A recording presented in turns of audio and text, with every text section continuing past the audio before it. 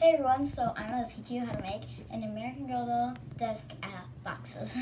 So the first thing you're going to need is a box and another box. So I got one smaller one and one bigger one. So I'm going to stack the smaller one on top of the bigger one.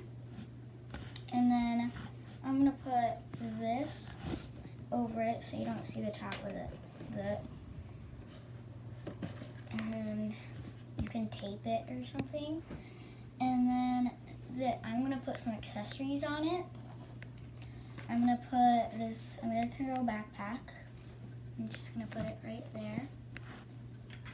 And then this plate from the American Girl store. And this cookie for a snack. And then I'm going to also put these two books in the corner of the desk. And then I'm going to put this little drink that has a straw. And that's how I'm setting up my American Girl desk. So my American Girl fits really good on the desk. And it is perfect. It's the perfect size.